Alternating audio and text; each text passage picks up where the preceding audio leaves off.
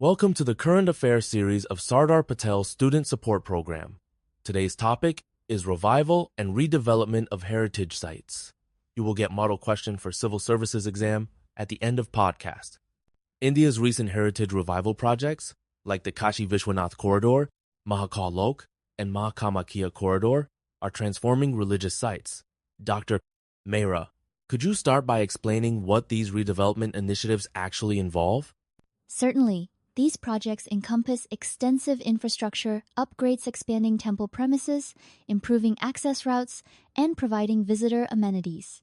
For example, the Kashi Vishwanath Corridor connects the temple directly to the Ganges, clearing congested lanes and introducing open spaces inspired by ancient architecture.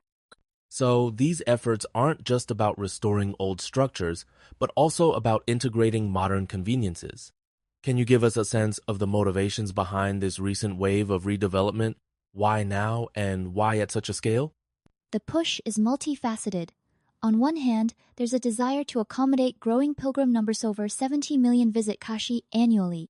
On the other, the government aims to promote cultural tourism, leveraging India's spiritual legacy to draw international attention and economic benefits. That sets the stage well. As we move forward, I'd love to unpack how these transformations are shaping the pilgrim experience on the ground. Let's delve into the impact on pilgrims. How have these corridors changed the experience for devotees and visitors on a practical level? The changes are tangible. Pilgrims now benefit from streamlined entry points, wider pathways, and improved sanitation.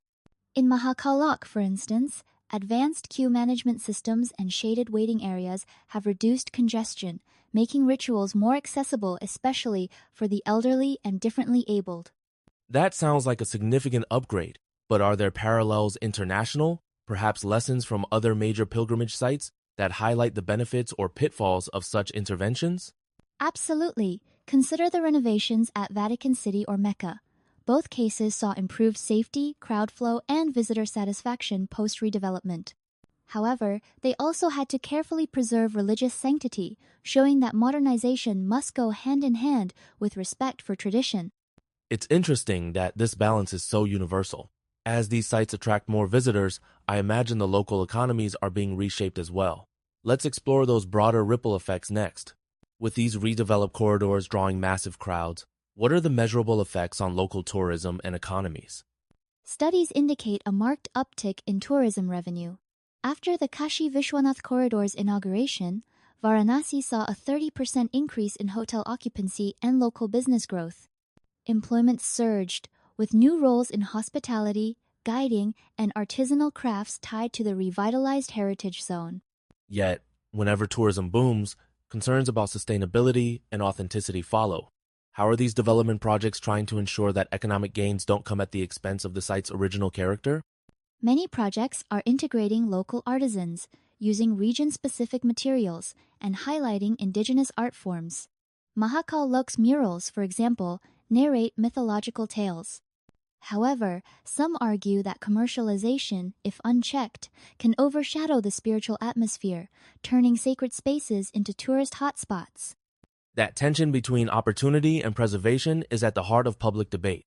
Let's probe deeper into the criticisms and ethical dilemmas these projects face. Dr. Mehra, critics worry that large-scale redevelopment risks diluting a site's historical and spiritual essence. Can you unpack the main concerns scholars and activists raise about these projects?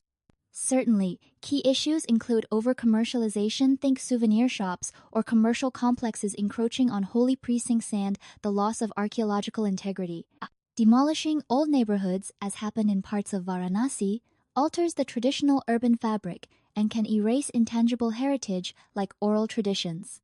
Given these legitimate anxieties, what frameworks or models exist to balance development with preservation? Are there examples where community engagement has made a positive difference? Collaborative planning is vital. The Aga Khan Trust's work in Humayun's tomb, Delhi, prioritized community input, ensuring local stories shaped restoration.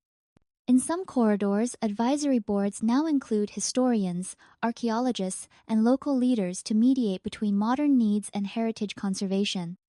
That collaborative approach seems crucial in protecting both tangible and intangible heritage. As these projects continue, ongoing dialogue and adaptive strategies will likely be key to their success and their legitimacy. And now, the model question. Analyze the dual impact of large-scale heritage site redevelopment projects in India, such as the Kashi Vishwanath Corridor and Mahakaal Lok, on pilgrim experience and cultural tourism. Critically discuss the associated concerns regarding potential over-commercialization and alteration of original character, suggesting measures for balanced conservation,